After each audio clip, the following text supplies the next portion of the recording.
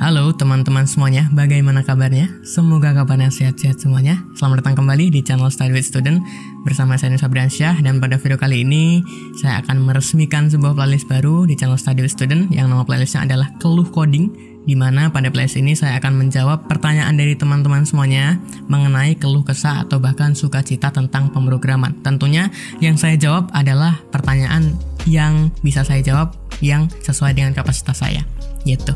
Dan pada playlist ini saya akan berubah style gitu ya, untuk kayak seakan-akan berbicara kayak teman tongkrongan gitu. Karena biasanya kalau saya ngasih nasihat atau ngasih jawaban itu ya kayak teman-teman di tongkrongan, nggak bisa secara formal gitu ya, tidak bisa gitu. Oke, jadi untuk video pertama ini muncul karena ada pertanyaan dari salah satu viewers di channel Study with Student yang namanya Mas V Sufyan. Ini kayaknya cowok ya karena foto profilnya cowok. Untuk komennya kayak gini, "Bang, gua ngerasa terintimidasi. Emang sesusah itu ya pemrograman? Tolong bang, gua butuh motivasi." Jawaban cepatnya adalah ya memang susah itu. Udah clue saja kalau misalnya teman-teman cukup tahu emang bahasa pemrograman atau pemrograman susah itu, iya memang benar susah itu. Nah kalau misalnya mau tahu kenapa susahnya, kenapa apa yang bikin susah, terus nanti solusi dari saya gimana, lanjut aja gitu.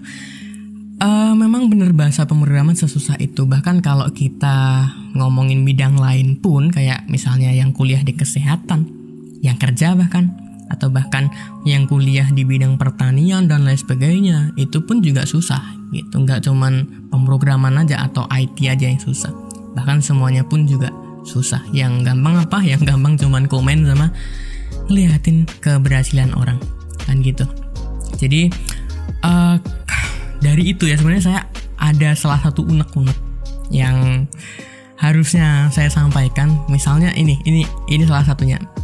Ada sebuah kursus atau pelatihan atau apa namanya yang pakai gimmick 2 minggu jago coding, atau 2 minggu atau 2 bulan atau 1 bulan jago pemrograman, bisa bikin aplikasi. Gini, orang-orang aja yang kuliah di IT pemrograman 4 tahun itu banyak yang belum bisa ngapa-ngapain gitu. Jangankan 2 minggu, ya mungkin 2 minggu selesai materinya, kita lihat materinya. Bahkan kalau teman-teman niat aja di satu playlist di channel ini pun 2 minggu atau seminggu kelar kita lihat kan gitu. Ya tapi untuk jago ya saya rasa nggak sebegitu cepatnya ya. Pemrograman memang susah begitu. Mungkin aja bisa sejago itu dalam waktu sekejap kalau teman-teman punya imajinasi, punya pemikiran, atau bahkan punya daya tangkap yang tinggi, lalu berkorban untuk tidak tidur selama 2 minggu. Ya mungkin aja, tapi ya untuk kemungkinannya sih kecil kalau saya rasa. Ya tadi kalau ada mahasiswa yang 4 tahun kuliah atau bahkan lebih aja, masih ada loh, atau bahkan banyak loh yang nggak bisa pemrograman gitu, nggak bisa ngoding, apalagi kalau cuma 2 minggu, sebulan. Nah terus sekarang ganti topik. Kenapa kok pemrograman itu sesusah itu? Nah ini menurut saya ya, terlepas dari sekarang itu informasi sangat gampang kita bisa dapat dari Google misalnya dan lain sebagainya. Terlepas juga sekarang tools buat ngoding itu keren-keren. Misalnya Visual Studio Code menyediakan ekstensi apa, bahkan sekarang text editor itu ada suggest-nya gitu. Kita pilih bahasa pemrograman apa, ngoding bahasa pemrograman apa, kita kontrol spasi aja udah ada suggest-nya gitu. Berarti tebakannya ini, dia mau ngoding ini, dia mau nulis ini. Keren-keren banget sekarang. Nah terlepas dari itu ya, misalnya sekarang bahkan ada yang lebih keren lagi, ada Stack Overflow. Itu udah biasa buat kita untuk nyari hal-hal kalau error, nyari di Stack Overflow gitu ya. Terus ada GitHub Copilot misalnya, terus ada ChatGPT yang sekarang lagi tenar itu, kita suruh ChatGPT tolong buatin saya codingan ini dong gitu. Terus dibikinin codingan, kita tinggal kopas, selesai. Itu sangat membantu, betul, untuk para yang sudah paham. Untuk yang pemula, saya rasa itu menyesatkan. Loh kok menyesatkan? Itu kan kita tinggal kopas, betul. Menyesatkannya adalah kita dari awal sudah instan. Kita dari awal sudah belajar kopas. Sehingga amit-amitnya, kalau misalnya nanti tools itu error, ChatGPT ngedown, GitHub Copilot error, ngebug atau gimana, kita gimana? Ya ikut ngebug dong gitu. Kita nggak punya pondasinya gitu loh. Jadi ibaratnya kalau misalnya kita ambil dari sini Copilot gitu ya, atau bahkan dari ChatGPT, kita ambil dari Stack Overflow, kita kopas langsung paste, itu kita kayak seakan-akan ngambil resep dari orang untuk buat produk kita. Ya kalau sesuai, kalau malah berantakan, kalau kita bisa nyesuaiin silahkan. Tapi kalau kita nggak bisa, langsung kopas jebret, ya error toh kan gitu. Menurut saya itu ada satu hal yang bikin pemrograman itu tampak susah gitu. Ada satu hal, yaitu sekarang itu framework atau bahkan tools untuk ngebikin sebuah aplikasi itu udah canggih-canggih banget gitu. Misalnya kita mau bikin aplikasi mobile, yang canggih apa? Flutter gitu. Yang canggih apa? Jetpack Compose. Yang canggih apa? React. Kita mau bikin website, yang canggih apa? Laravel gitu. Sedangkan kalau kita tahu bahwa ini teknologi atau framework ini, dia kan base-nya adalah bahasa pemrograman gitu. Jadi itulah yang membuat kayak pemula itu ngerasa emang sesusah ini ya gitu. Karena kita langsung disuguhkan ke frameworknya, kita nggak disuguhkan dari dasar-dasarnya. Memang betul kalau misalnya kita disuguhkan dari dasar-dasarnya, kita akan lama ngejar sampai ke framework itu, betul. Itu memakan waktu yang lama, cukup lama gitu. Berarti kita nggak usah belajar dasarnya dong, langsung belajar frameworknya dong. Kita kalau mau bikin aplikasi Android pakai yang keren sekalian dong, pakai Flutter dong. Silahkan. Apalagi sekarang itu kalau misalnya teman-teman bergaul sama orang-orang yang udah belajar ngoding misalnya dari SMA atau dari beberapa tahun yang lalu, terus direkomendasiin, ya bikin aplikasi web kok masih natif, pakai Laravel dong, pakai React dong. Ya silahkan ngikut. Tapi jangan salahkan nanti kalau misalnya ketika kalian masuk atau bikin aplikasi pakai React atau pakai Laravel, terus di situ ada requirement-nya. Sebelum pakai Laravel, Anda harus tahu PHP dulu. Sebelum Anda pakai React, Anda harus jago JavaScript dulu. Sebelum Anda pakai Flutter, Anda harus tahu komponen sekaligus bahasa Dart-nya dulu.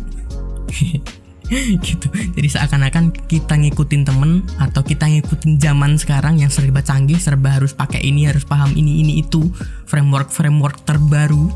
Oke, kita langsung ke framework itu. Terus ketika kita belajar di framework itu, suruh turun dulu gitu. Ya harus belajarin dulu supaya nyampe ke sana. Dunia industri ya butuhnya yang ini, bukan kita harus ngulang dari awal. Lama coy, lama. Mau nyampe ke framework itu lama, bener-bener lama deh. Jadi itu yang menurut saya ngebuat mindset kita pemrograman tuh emang susah itu. Iya, karena kalau kita langsung ke sana susah, kita harus turun dulu karena basicnya ada di bawah. Oke, kita harus merangkak naiknya itu pelan dan lama. Tapi kalaupun kita belajar dari awal, kayaknya kapan nyampenya, ngerasanya kapan nyampenya, kapan bikin programnya, kapan saya jadi keren, kapan saya keterima kerja, gitu. Nah, bahkan sekarang itu kalau di kampus saya ya, itu nggak boleh lagi bikin skripsi web loh. Bikin program web tuh udah nggak dibolehin. Jadi minimal itu ya mobile, syukur-syukur dia bisa data mining, text mining, IoT, terus analisis, terus apalagi pengolahan citra digital, kemudian AI gitu-gitu, machine learning, syukur-syukur bisa gitu. Web itu udah nggak diterima, mau pakai dia Laravel kayak atau apa, base-nya web nggak boleh gitu. Itu yang ngebuat kita kayaknya ya sekarang requirement-nya tinggi banget, sedangkan aku masih dari nol. Mau ngejar dari awal ke sana itu lama, mau langsung ke sana mumet harus ngulang dari awal lagi gitu. Itu yang membuat kayaknya orang-orang itu emang sesusah ini ya gitu. Emang susah itu ya pemrograman. Ya memang begitu teman-teman semuanya. Jadi untuk yang belajar atau yang baru belajar atau pemula ya pastinya bener effort banget untuk ngejar ke sana. Tapi kalau saran saya boleh sekali-kali ngikutin jalan pintasnya, langsung masuk ke sana buat cari tahu oh gini. Tapi basicnya tetap ngulang dari awal gitu. Syukur-syukur tuh untuk yang udah mulai belajar pemrograman 2 tahun 3 tahun yang lalu gitu, atau bahkan dari SMA atau bahkan dari SMP. Syukur-syukur tuh. Tapi untuk yang pemula ini bakal jadi effort banget. Nah terus kalau teman-teman nanya terus solusinya gimana biar nggak susah gitu, biar ngerasa nggak kesusahan. Saya nggak ada solusi teman-teman, jujur aja. Saya nggak ada solusi gimana pemrograman supaya dianggap mudah. Tapi paling nggak saya ada 5 tips lah. 5 tips supaya kita lebih konsentrasi lagi untuk membangun diri kita.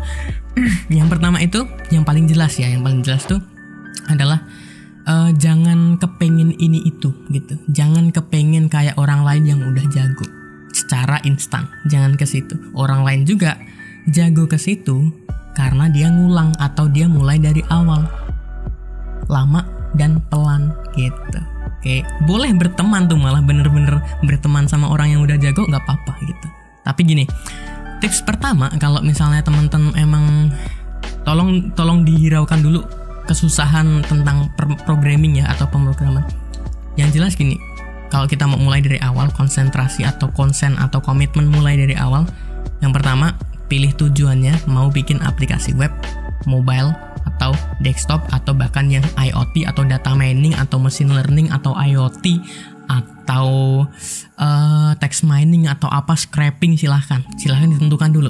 Oke, mau menuju kemana, aplikasinya apa, oke, studi kasusnya apa. Kalau udah, berarti kita harus tentukan bahasa pemrograman yang sesuai untuk kita melaju ke tujuan dengan jalan bahasa pemrograman itu. Pelajari aja bahasa pemrograman itu dari nol.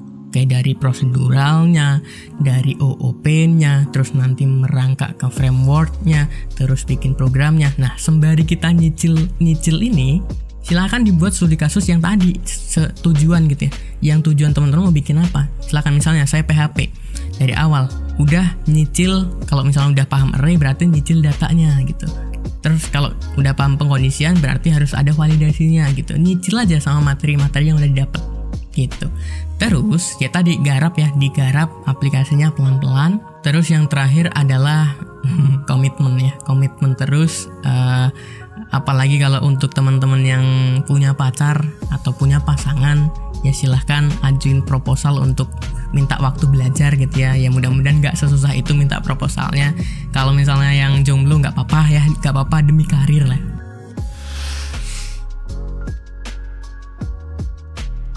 Mungkin itu aja ya teman-teman semuanya. Jadi kalau bisa saya rangkum, ya emang benar bahasa pemrograman seribet itu.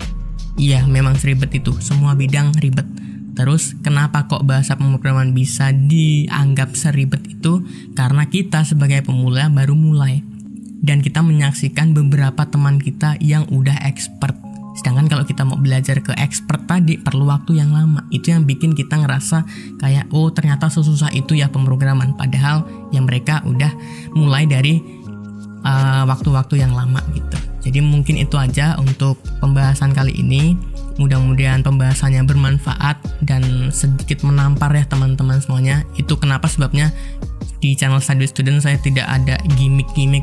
Kalau teman-teman belajar di sini, subscribe di sini, jadi views di sini, jadi viewers di sini, kalian pintar pemrograman, enggak gitu, enggak. Itu saya nggak mau menggelontorkan gimmick-gimmick yang bullshit lah, enggak, saya nggak mau. Ya ikutin aja, seperti ini adanya pemrograman, seperti inilah perjuangannya. Kalau teman-teman nonton video lama di sini, ya memang harus selama itu untuk memahami materinya. Kalau misalnya disingkat nanti malah ada beberapa yang kita cut, nggak paham dasar-dasarnya, lanjut mumet. Jadi saya beneran ngasih tahu di sini gitu loh. Dari website resmi juga misalnya seperti itu. Oke, udah ya untuk video kali ini. Ya tadi mudah-mudahan menampar. Jadi saran saya konsisten aja.